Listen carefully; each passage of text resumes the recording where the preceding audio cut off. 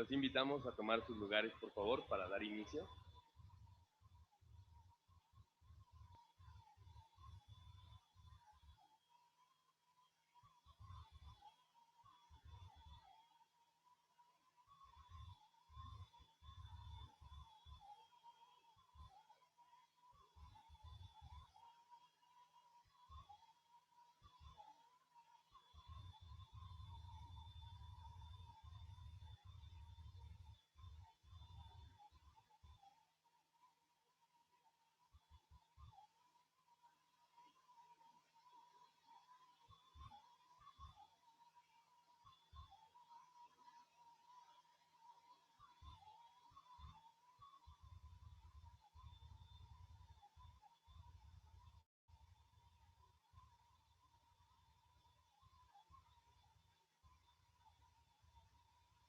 Los invitamos a tomar sus lugares, por favor.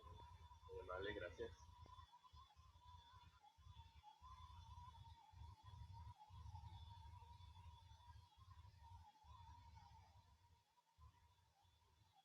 Sean bienvenidos todos. Muchísimas gracias por acompañarnos en este tercer día y último día de actividades de este Congreso Internacional de Ciudades y Transporte. Vamos a dar inicio a la conferencia magistral hacia la ciudad sustentable. Es el caso de Portland. Está con nosotros Sam Adams. Sam Adams fue miembro del Ayuntamiento de Portland del año 2003 al 2009, alcalde de Portland en el 2009 al 2012 y es actualmente director de la iniciativa de USA de Cambio Climático del World Resources Institute, donde trabaja en el análisis y desarrollo de nuevas políticas en la transición de Estados Unidos hacia una economía baja en carbono. Estudió ciencia política en la Universidad de Oregon. Sam jugó un papel protagónico en hacer de Portland una de las ciudades más sustentables y con mayor calidad de vida de Estados Unidos. Como alcalde, fusionó la Oficina de Sustentabilidad y la Agencia de Planeación dentro de su administración. También generó una coalición entre gobierno, entre la iniciativa privada, líderes obreros, vecinos y ambientalistas al crear el Plan de Acción Climática de Portland, que consistió en una estrategia económica, laboral y social, reduciendo considerablemente las emisiones de la ciudad. Está aquí con nosotros Sam, por favor. Thank you. Thanks. Good morning, and thank you for the introduction. It's great to be here with my colleagues at Embark Mexico, part of the World Resources Institute team, and all of you. I'm not going to talk about what Portland has done, except for some context of why we are working on the strategy and the goals looking forward. I'll leave time at the end for questions if you want to dive in deeper on any of the particular topics within the overarching theme of my presentation, which is about strategic planning, holistic strategic planning for cities. In this particular case, the work underway in Portland. Cities are going to become more of a global focus in some good ways and in some critical ways. You see in the upcoming United Nations gathering for climate, cities taking a very prominent role in terms of how do we help cities succeed in being prosperous, but also in being less impactful on the environment. And that's good. The attention is good. The expectations are good, but cities need to continue to transform themselves, to improve themselves, to meet these global expectations, but also to better meet the local needs of the citizens and the residents within every locale. And it does mean approaching the work of city making and remaking, because that's the one constant about cities, their ever-changing nature. It does mean doing things differently, continuing to do more of the same, given the fact that we have rapid growth within cities around the world. We have more demand for services. We have growing inequities in most cities, many cities, my city, Portland, growing inequities with race and income inequality that need to be addressed. Um, what I'm going to talk about today is a potential way forward. Portland is 146 square miles. We're in the upper left coast of the United States. We're between Seattle and San Francisco. We're the 25th largest city in the United States. We get kudos for having a very high quality of life, and we get kudos for being a very sustainable city. I like to joke, and I joke at home about this, and I joke to other parts of the United States about this. Portland gets very high praise, and that's great, but it's high praise on a very low United States standard in terms of sustainability and some other factors. It should, in Portland, give us energy and passion to do more for what we've accomplished. We have a lot more work to do. So when I was elected mayor, it was soon after the Wall Street crash.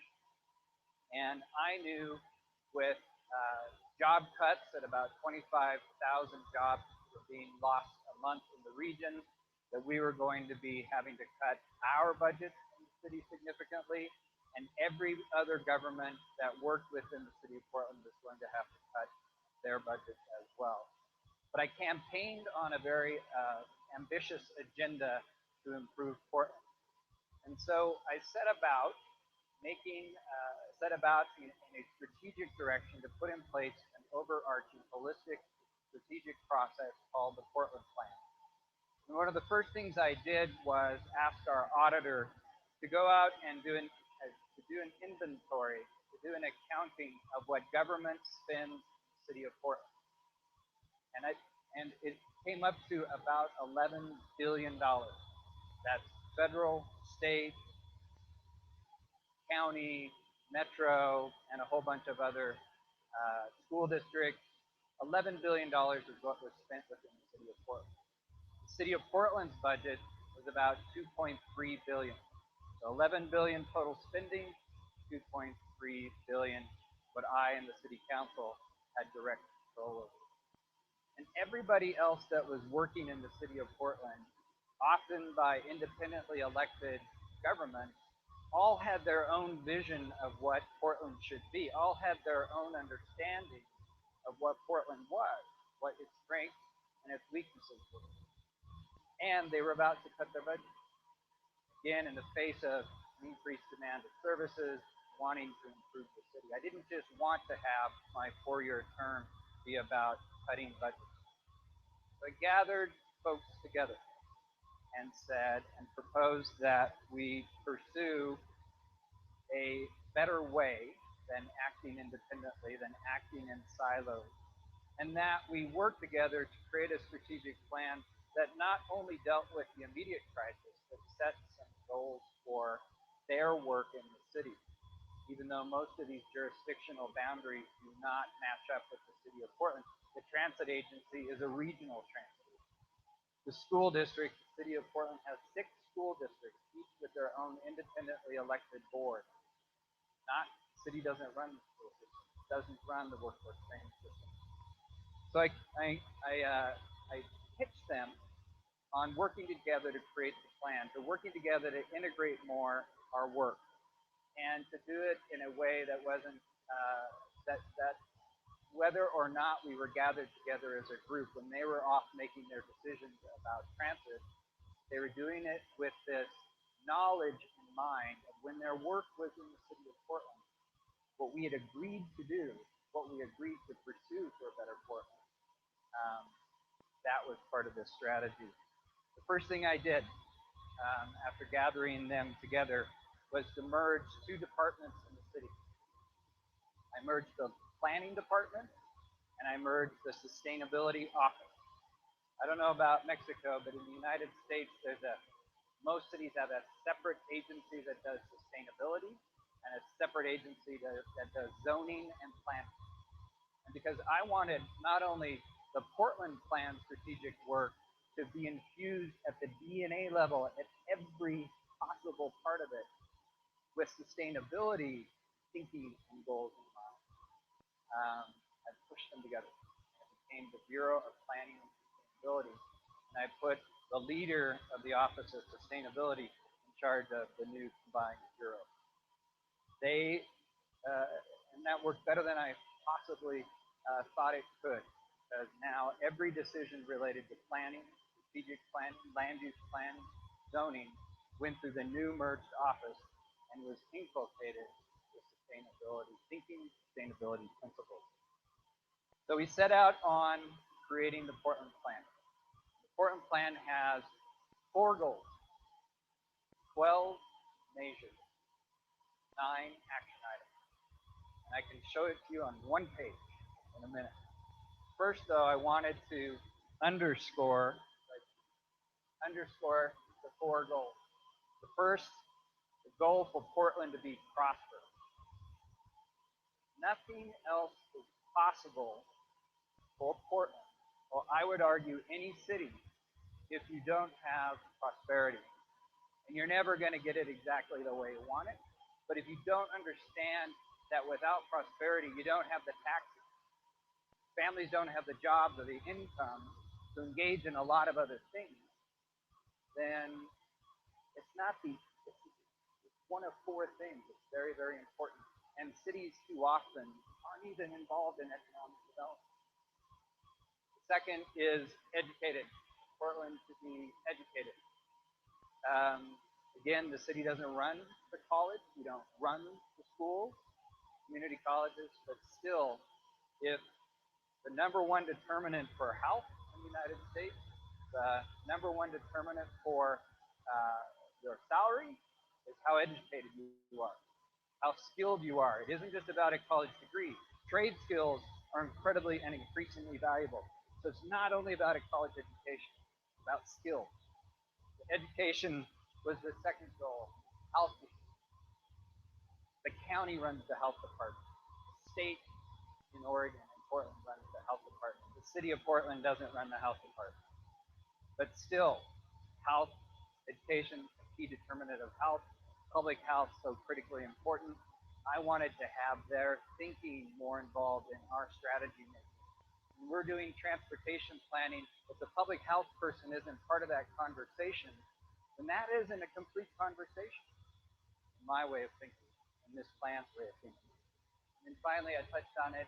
We have problems with equality in Portland. I wanted Portland to be the city with the most equal opportunities. We suffer from deep inequalities on race. We suffer from geographic inequalities, where East Portland it does not have the same level of services, infrastructure that the rest of the city does. These are all incredibly difficult goals to set out. We don't own a lot of the decision making. It requires a level of integration that has never been accomplished before, but it is totally within our ability and any city's ability to do so. All right, beautiful city, blurry picture. Real life, the city isn't as blurry. All right, I wanted to underscore equity because just as you don't have more equal prosperity than currently is being delivered in the United States, it is a cancer on everything else that we do.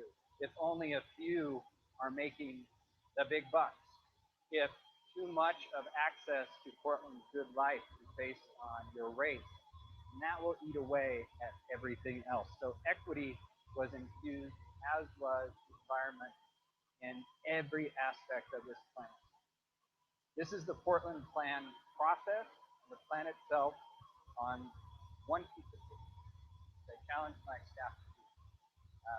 And I had a great team and a great staff. If you're a staff of an NGO working on cities, or an academia focused on cities, or work for a city itself, I applaud you. It's good, difficult work. I had a great team working on it. Break this down a little bit. So these are again, you can see it online at pdxplan.com for better clarity. But these are the 9 action areas of the plan.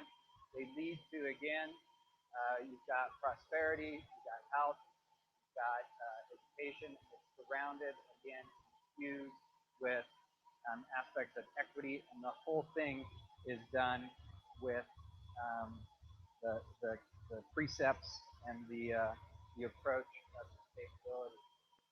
It was important as we moved to implementation that as we gathered together the government agencies working in each of those 9 action areas, that we also involved academia, labor, and the NGO community. And what we found in some facets of our work under some goals, there weren't really NGOs in place that were catalyzed, that were formed in a way that would successfully deliver the community aspect of this work. This Portland plan is not only about getting government alignment, it's also about getting alignment more with the private sector, again, labor, and the nonprofit or NGO community. In a couple of cases, because NGOs existed but weren't necessarily well formed or placed, we merged NGOs. So there was on prosperity, we had one NGO that was all business, that worked on business issues like business recruitment and retention. And we had one NGO that was all public that worked on business retention and business recruitment. And they were separate. It took 2 years, they were merged. An organization called Greater Portland Inc. that also was expanded to be a regional organization focused on helping companies that had the opportunity to expand where they were in the Portland region, and then really doing a much better job on recruitment of businesses into the region and promoting exports. So the key deliverable, key focus of the Portland plan. We also had 5 education school nonprofits that worked on improving education by involving the business community and citizens and parents and labor and teachers into helping school districts succeed. We merged that into one organization called All Hands Raised. Part of the reason that the work of creating these community-based organizations or merging existing organizations better is because leadership on the government side changes. I served 4 years and decided not to run it. There is a new person in charge of the state. There's a new governor. There's a new county chair. The community-based NGOs help provide the needed sort of teamwork, but it also provides continuity when your elected leadership changes. They're also incredibly helpful in holding elected officials and frankly themselves accountable for the results that are called for. So we have 4 goals that are the Portland plan, key to the Portland plan, and we put together 12 measures, not 50. At one time, Portland had over 120 metrics, and it just became white noise. Anyone could choose a metric that they wanted and tell a story based on that one metric. So we chose 12 metrics, 12 measures, and they aren't the perfect 12 measures. They aren't necessarily the ones that I would choose, but they're 12 measures where data was available. So along with the 12 measures that we selected, we also, this just breaks it down, we also know that there is work to do, and the staff and the city continue to work on this, the leadership in the city continue to work with this. These are measures, for example, around equity and inclusion, based on academic performance, based on the race of students in school. Again, city government is holding itself, and the other 29 partners that are part of the Portland Plan team are holding themselves accountable for equity within school performance, even though we don't have control over the schools. We have significant influence, though, over the schools. For example, I was mayor. The school district had, one of the school districts, the biggest school district, had cut its its school bus service for high school students. It had cut it like 15 years ago during an earlier recession where it had to make some tough cuts. Do we cut what's in the classroom or do we cut something else? They cut school bus. We worked with the transit agency, we worked with the business community and others, and we offered up funding, the school district offered up funding, the transit agency offered up funding so that students at Portland Public Schools got a free transit pass.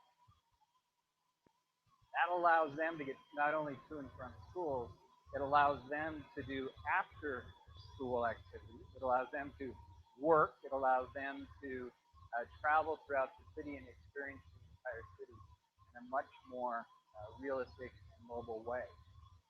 Wealthy families could make sure that their kids got around, got the after school, went to the after school activities, and had work experience. It was the poorer kids, the more economically challenged kids, that the pass, the new pass, helped the most. An example of equity, prosperity working together in this plan with education. An example of how beginning to connect the dots to the Portland plan works. Other measures, a lot of measures here about prosperity. They're about livability. And I talked about Portland gets high praise for its livability. But again, as I mentioned earlier, parts of the city do not have the same level of livability measures, livability success than other parts of town. This plan calls that out, requires action. Oops. We'll talk about the climate plan, action plan, Nick. So the Portland plan overarching strategy for where we want to take the city. It's not only about, at that time, cutting budgets, but it's about setting proactive goals, aggressive goals for improving the city that are measurable. Those action items and the goals also in the plan you'll see include 5-year action plans for each of the 9 areas of action. So this is a 25-year plan with 5-year action goals. So wanting to, yesterday I talked about our economic development strategy. It is one of the subsets of the Portland plan. Portland plan overarching strategy, we then dug into some specific areas. Yesterday I talked about the economic development strategy. Today I was going to touch on our climate action plan. The economic development strategy and the climate action plan are integrated. Our economic development strategy has 4 industries that we target for growth. 4 industries where we have a competitive advantage, or businesses have a competitive advantage over the globe. And we promote those targeted industries whenever we take trips abroad. We promote those targeted industries inside the city, and they are open source software, they are advanced manufacturing, they are technology for clean technology, which is a key part of the climate action plan, and they are athletic and outdoor. We're the home of Nike World Headquarters. So those are the 4 targeted strategies. We'll work with all businesses, but when we're being proactive, we need to prioritize our time, we prioritize it on those 4. So the clean tech services targeted industry is woven into the climate action plan. And fundamental to the climate action plan is not only improving the way that city delivers its services, not only is it providing our citizens and our residents and our businesses opportunities to act and live their life in a way that's easy on the planet. This is also fundamentally about helping the private sector make money while they clean up the environment, make money while they prevent taking an action that's going to cause climate damage. If you don't have those 2 together, there isn't enough money in government alone to clean up the climate. There just isn't. So yesterday, President Calderon talked about it's a false choice between economic development and climate action. He's absolutely right. If there's a city in the world that has proven it time and time again, and there are a number, Portland is on that list. 20 years ago, 30 years ago, before it was called climate action or sustainability, when folks in Portland began working on this, there was lots of pushback. Oh, you can't do that. You can't have higher standards for fuel sources, that'll ruin the economy. That has not been our experience. So keep that in mind as you look at our climate action plan. By the last measure, with a rapidly increasing population growth in Portland and with a growing economy, in real terms, Portland's greenhouse gas emissions went down 11%. So this just looks at some of the public sector innovation, policies, approaches, protocols that the city put in place. For example, on solid waste, when I was mayor, we wanted to address how much garbage was going to the landfill. We looked at all kinds of options. We chose the option that added curbside composting to residential homes. But we also said we're only going to pick up your garbage, the garbage that goes to the landfill, every other week. Recycling, composting, you get it every week. But you garbage, you only get every other week. And what that meant is, after we implemented this for the first 3 months, I was probably the most unpopular mayor in the United States. Because I had really, and I understood, I had really messed with people's sort of habits. And Portland already had a very high recycling rate. But this required folks to deepen their efforts, to recycle more, to be more vigilant. So unpopular for the first 3 months, with a lot of outreach kept with it. Now public opinion on the city's garbage pickup is actually higher than when it started out. It went like this, in part because people felt like they were part of the solution, something that they cared about. And yes, frustrating for the first couple of months when you thought you were a good recycler, but this showed you could do better. That's just one example. We worked with the private haulers. So we worked in Portland. Garbage is picked up by private companies that we franchise. And we worked with them to deepen their recycling. We worked with a company to turn that new flow of food scraps that were picked up at the door into composting. That wasn't shipped off to some faraway city. It was actually composted in the city, sold back at stores in the city. Again, every chance we could and did, we sought to sort of move forward the goals of support.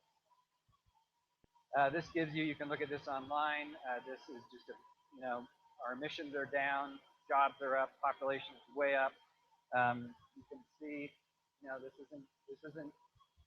has been years in the making. It's difficult work. It's controversial work, just like my example of the changing garbage habits. But it works.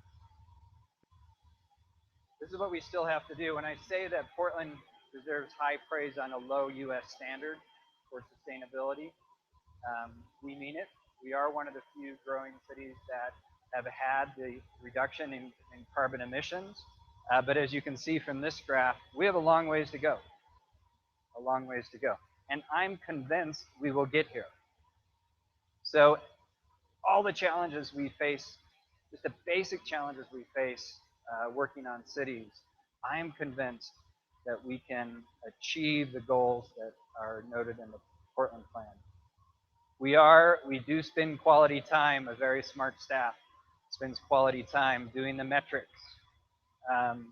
Key, absolutely key. This gives you a sense of how we seek to do both the mitigation, so reducing the emissions, but also preparing the city for the impact of climate change, what we call adaptation. Portland is behind other cities in terms of its efforts on adaptation. We're lucky that we don't have as severe impacts of the West Coast United States drought. We're lucky that, but we're facing a snowpack that was next to nothing. So we have our issues, and where we still have the most work to do in a lot of places, but where we have the most work to do, where I had least amount of forward motion on for a variety of reasons, is on that adaptation side. I would say that coming to work at a Washington, D.C. based global nonprofit that I love working at, World Resources Institute, is a fantastic place to work. But I think all NGOs coming from local government have to begin to see that, just like this illustrates, that the adaptation and the mitigation work have to become one. You can't just say you're going to deal with sea level rise only by building the seawall higher and thicker. You also have to be dealing with sea level rise in a way that adds some benefit to the natural environment. Equity was a key piece of climate action. This is an example of the analytics that we went to. I talked about earlier about how East Portland is an area that we need to see a lot more improvement in for the folks that live and work in East Portland. We dug into that. Big component of it is citizen empowerment and citizen involvement. The East Portland Action Plan is a group of citizens that we worked with that advocate for us to improve transit service, which this slide shows, that to improve the fact that East Portland doesn't have nearly the amount of basic infrastructure like sidewalks than the rest of the city has. Economic development strategy, many of you saw this yesterday. You'll be able to look at this online later.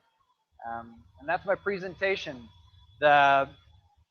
It's not talking about strategic planning, actually seeking in your cities to gather together all the layers of government to bust down the silos to do some integrated strategic planning isn't necessarily sexy work. You're not going to get a statue built for you in a public square because you engaged or helped others engage in smart strategic planning. But given the challenges we face and the ambitions that we have for ourselves as cities, moving beyond siloed planning, moving beyond just planning for zoning and transit, it's not enough. But I do believe, based on what I know of your work here in Mexico City and in many cities across this great country, is that you are poised for this next level of planning, this next level of partnershiping. And why I say that is because this conference is about cities and transport. That's where Portland and Oregon started. Our first innovations were around land use and transit in cities. And from there, we had more success and were able to build on that into the kinds of results that we're getting now. So thank you, and I'd be happy to answer any questions you might have.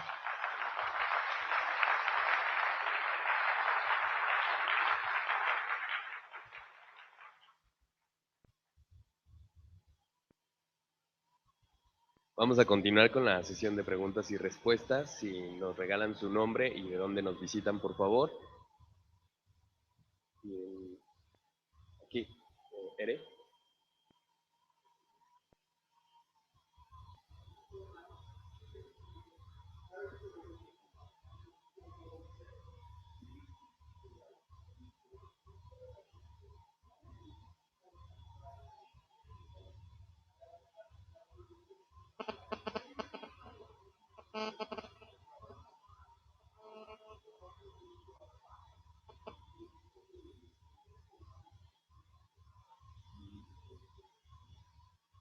Did everyone hear the question? The challenge of having population growth is a challenge. It overwhelms our infrastructure. It overwhelms our transit systems. It taxes our health system. It's a challenge. But you're right. Other cities have an even more difficult challenge, and that they're losing population, and that is a more difficult challenge. I would say to those success factors for cities that are seeking to attract population, Detroit is a great example in the United States. Detroit is a city that has seen such an outflow of population, and they have gone through a similar process of looking at what their core strengths are and building from them.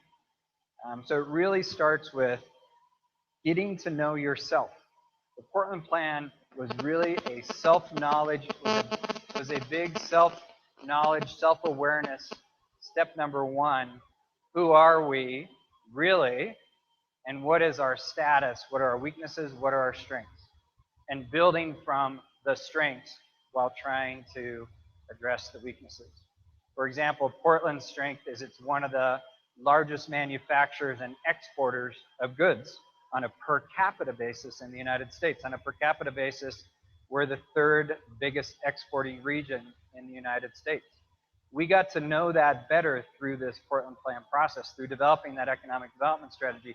For example, we learned that our exports by value for the region, that 51% of our exports by value were attributed to one company. One company. Intel has a big silicon wafer chip manufacturing plant. So we now know, we always knew that Intel was important, but now we really know how important Intel is, and the care and feeding and success of Intel, critically important. Our need to diversify from Intel, around Intel, also.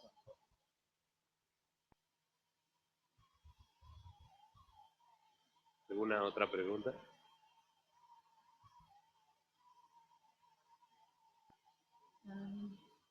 Hello. I'm over here.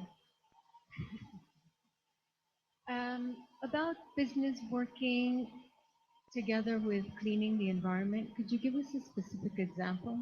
Sure. You mentioned Nike, but I'm not quite sure what the program was.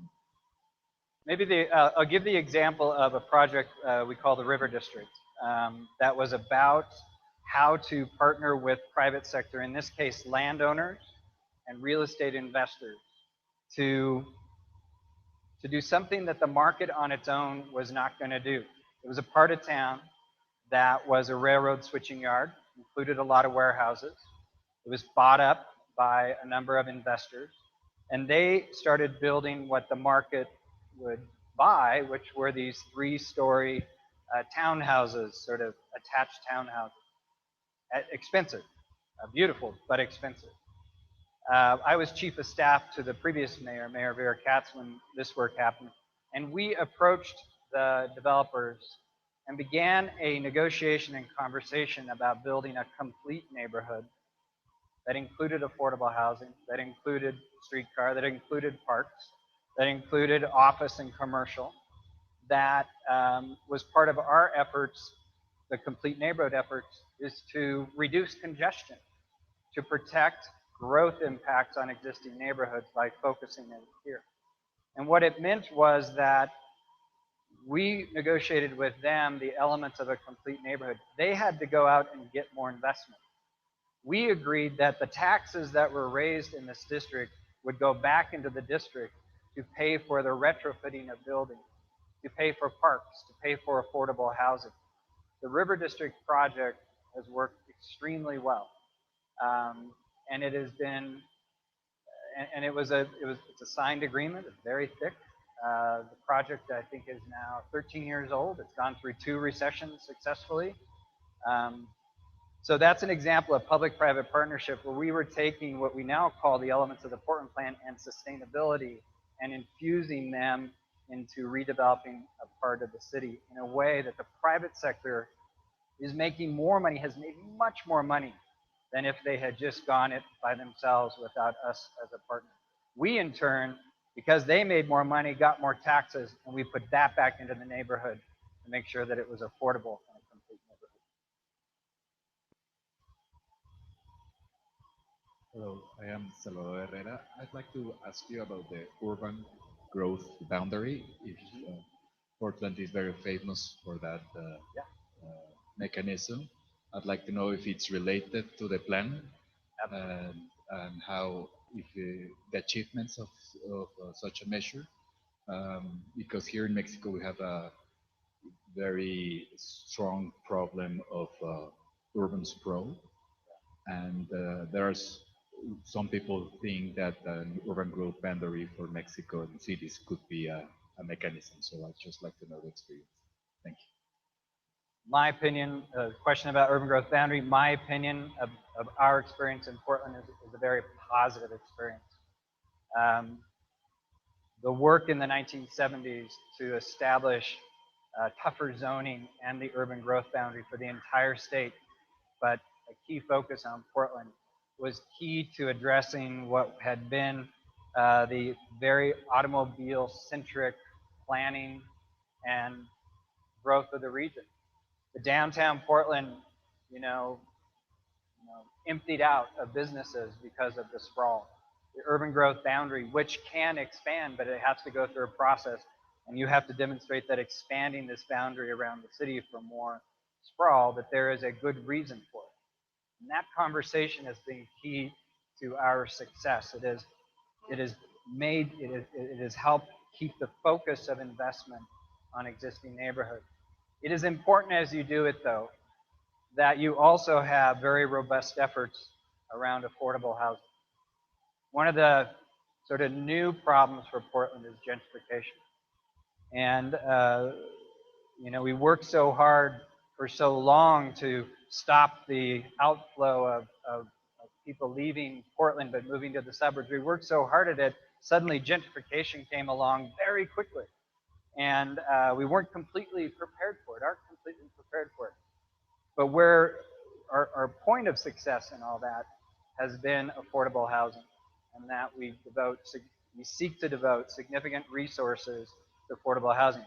That River District project I talked about in answering your question, it included significant resources into affordable housing.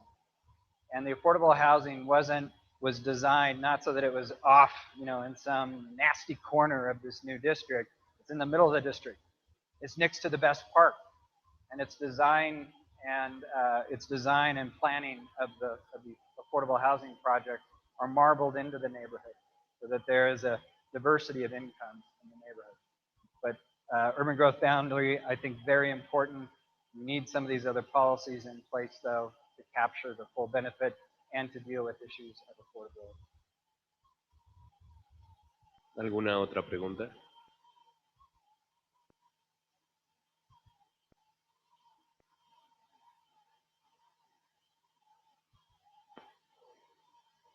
Hi.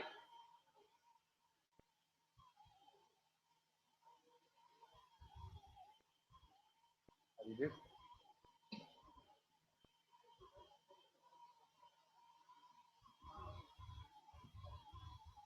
Politics influence policies? Shocking. You're the only city in the world where that happens. So we have the problem. As a politician, yeah. We have the problem for long-term politics. Yeah. So what is the experience of Portland? What are your mechanisms, legal mechanisms, economical, social, psychological mechanisms to make policies go through the administration? Couple of things. Politics rule in the absence, politics will rule the day in the absence of good metrics. I mean, good metrics is, not just, again, I would argue, and is that the kind of metrics that are holistic, like we've sought to do, and the Portland plan needs to be improved, but as we sought to provide some metrics that in total constitute a definition of what is a good Mexico City or what is a good Portland, and you get buy-in from decision makers on that, then they don't need to, politicians don't just get to make up the issue from a whole cloth. And if you do this as multi-jurisdictional, most cities don't do that. So if they're metrics that you've done together, and they're metrics about a successful city, with goals leading up to a successful city, it has a nice leavening effect on politics. It's not a panacea, but it has a leavening effect. The other thing I would say that works very well are those NGOs that we merged and created.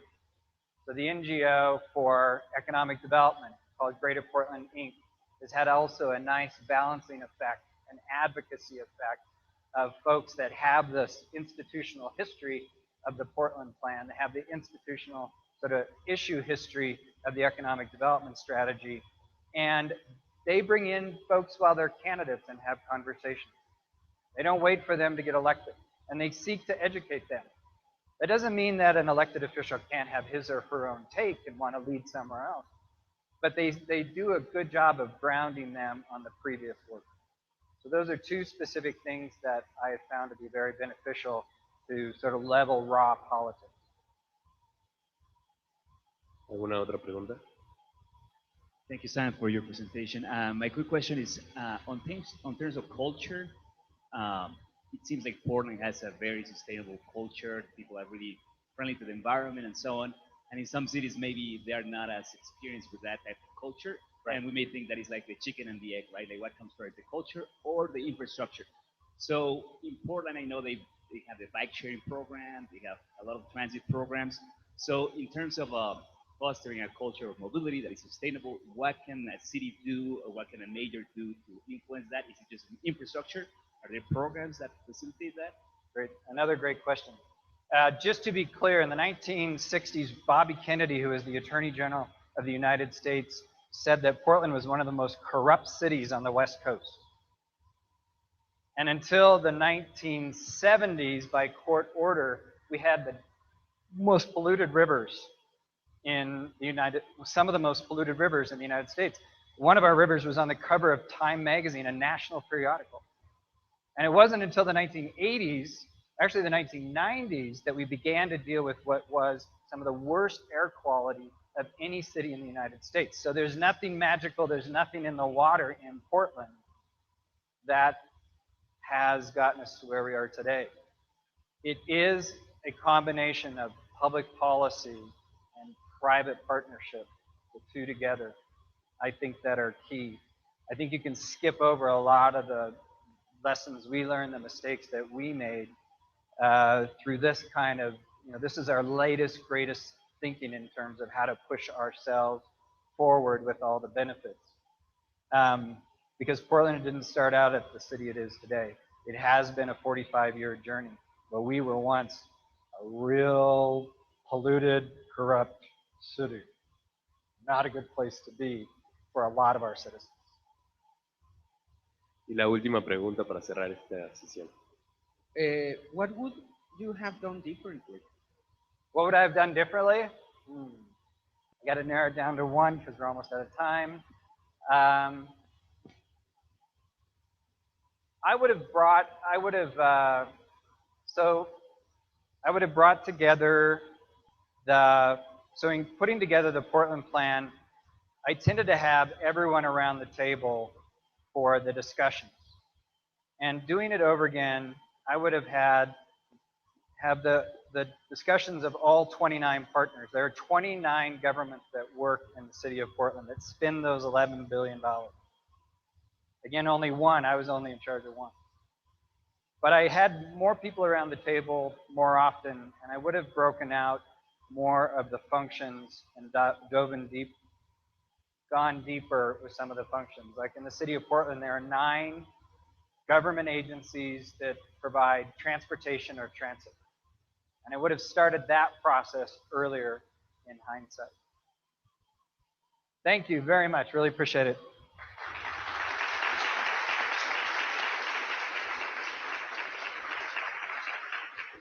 Muchísimas gracias a todos ustedes. Continuamos con las actividades aquí en el 11º Congreso Internacional de Ciudades y Transportes.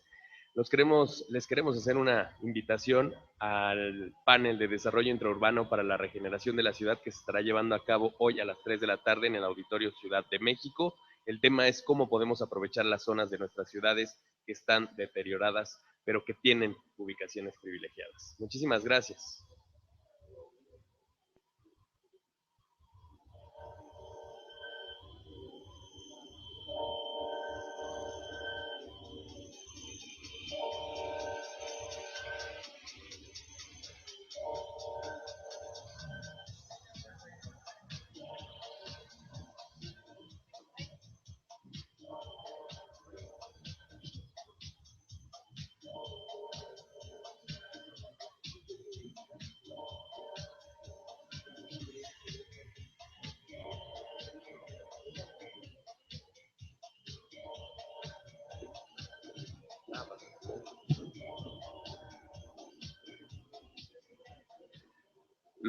Los invitamos a permanecer aquí en el auditorio. Vamos a tener a continuación el caso de éxito, experiencia de Grupo Martínez García en la transición del proyecto de movilidad a gas natural, patrocinada por DINA.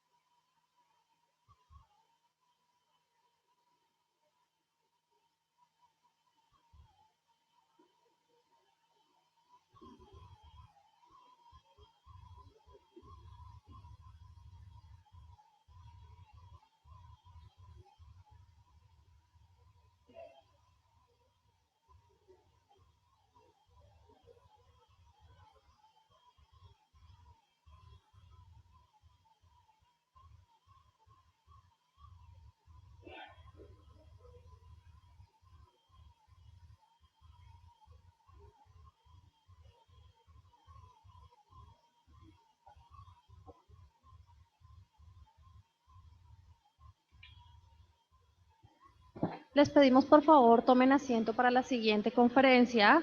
El caso de éxito, experiencia del Grupo Martínez García en la transición del proyecto de movilidad a gas natural, impartida por el ingeniero Abelardo Martínez García, presidente del grupo Martínez García. Por favor, tomamos asiento.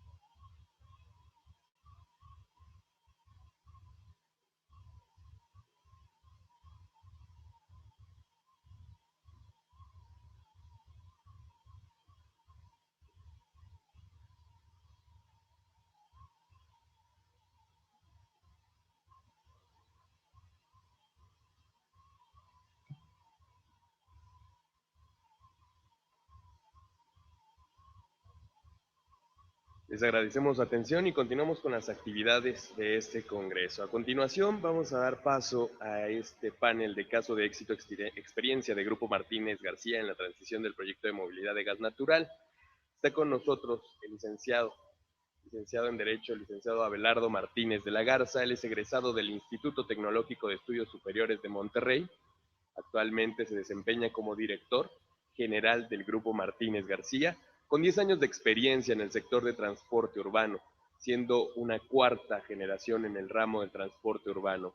En los últimos años se dedicó a investigar en forma exhaustiva diferentes alternativas energéticas que cumplieran fundamentalmente dos primicias. Uno, que fuera más amigable con el medio ambiente, así como también que le diera viabilidad económica al transporte público. Está aquí con nosotros y le doy la bienvenida al licenciado Abelardo Martínez.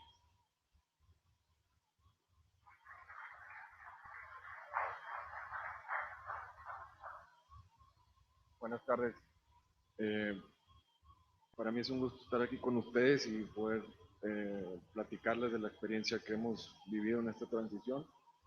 Me gustaría primero invitarlos a ver un video que hicimos que creo que resume muy bien mucha de la experiencia y posteriormente continuamos platicando del tema.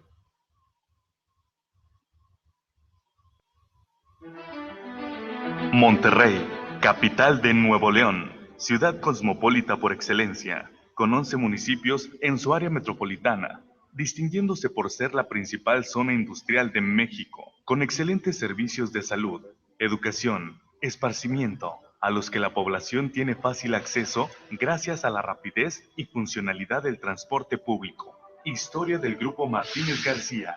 La historia del Grupo Martínez García inicia cuando el señor Rafael P. García Villarreal rescata de la bancarrota adquiriendo e invirtiendo en la empresa Autotransportes Extranviarios S.A., operadora de la Ruta 4 de Transportes, misma que su fundación se remonta al año de 1945, cuando desaparecen los tranvías en Monterrey. Todos sus trabajadores formaron una cooperativa y operaron la Ruta 4. Actualmente, seguimos conservando esta empresa, así como su historia e identidad. Gracias a la visión de don Rafael, hoy contamos con Grupo Martínez García, integrado por diferentes empresas que administran las rutas 4, 6, 11, 15, 31, 69, 82, 202, 207, 400 y 408. Actualmente bajo la dirección de los hermanos Abelardo y Rafael Martínez García, siendo operado por Abelardo y Andrés Martínez de la Garza. Nuestra misión, sobrepasar las expectativas de nuestros usuarios, brindando el mejor servicio con mayor calidad posible. Nuestra visión, ser una empresa ejemplar a nivel nacional, buscando la mejora continua, elevando los estándares de servicio y productividad, siempre comprometida con la ecología y medio ambiente como empresa ecológicamente responsable. Monterrey, Nuevo León, siempre se ha distinguido por ser punta de lanza en muchas áreas y rubros, a nivel nacional e internacional, y en cuestión de tecnología referente a la reforma energética, no podría ser la excepción, gracias a la aportación de Grupo Martínez García. La llegada de una gran innovación en el sector de transporte. El gas natural comprimido GNC, también llamado GNV, gas vehicular, es un combustible alternativo al petróleo, compuesto principalmente por gas metano. Tradicionalmente se ha asociado al gas natural con el consumo doméstico de calefacción y actualmente ya está perfectamente disponible y aceptado como combustible de automoción equiparable al diésel y a la gasolina, con diferencia que el GNC es mucho más eficiente que los carburantes derivados del petróleo. La idea surge platicando aquí con los socios, con todos los que estamos aquí en Grupo Martínez, de buscar otro combustible que no fuera diésel, sobre todo un combustible natural, que no contaminara, que fuera más eficiente. Y llegamos a la conclusión de buscar el gas natural, ¿no? Y no había mucha experiencia, ni había mucho aquí en México, en Monterrey. Entonces tuvo que viajar a Argentina, Italia, a buscar toda la tecnología que hay allá para poderla traer para acá. Decidimos traer los compresores de Argentina. Es un combustible limpio, es un combustible eficiente que ayuda mucho al medio ambiente y creo que la decisión fue la mejor que tomamos. Comparativa con otros países vanguardistas en implementación del GNC en transporte. Rusia es el país líder a nivel mundial en el desarrollo de esta tecnología, siguiéndole Argentina, con más de 2.288.161 vehículos de combustión a gas natural comprimido y más de 2.000 estaciones de servicio. Alemania posee más de 65.000 vehículos a GNC. El objetivo a corto plazo es tener 1.000 estaciones de servicio abiertas. Según datos de autoglobal.com, las distancias máximas entre estaciones de servicio son de 5 kilómetros en zonas urbanas y de 20 a 25 en áreas rurales. Francia, Italia, Holanda, Suecia, Suiza y Gran Bretaña siguen trabajando por llegar a cifras similares a los países antes mencionados. Muchas marcas automovilísticas de transporte público en estos países ya utilizan GNC. México no se queda atrás. Grupo Martínez García toma la iniciativa de cambio, de tecnología y de energía. Aquí estamos en una estación de gas natural comprimido para utilizar el transporte público. Las condiciones es recibimos el gas natural por tubería directamente del distribuidor, la distribuidora de gas a 4 kilos de presión. Lo incorporamos al compresor y el compresor en 5 etapas de compresión lo lleva a 250 kilos de presión. Lo enfría y lo mandamos directamente a los surtidores para de ahí poder cargar los buses y tener la combustión de los motores un combustible limpio que es el gas natural. Nuestros aliados. Este proyecto ha sido todo un reto.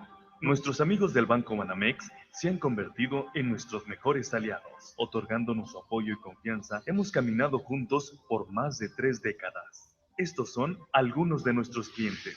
Grupo Transregio, Transportes Monterrey, Senda, Pasa, Red Ambiental, Transportes Monro, entre otros. Pero la realidad es que las expectativas son enormes y hay gran apetito por concientizar.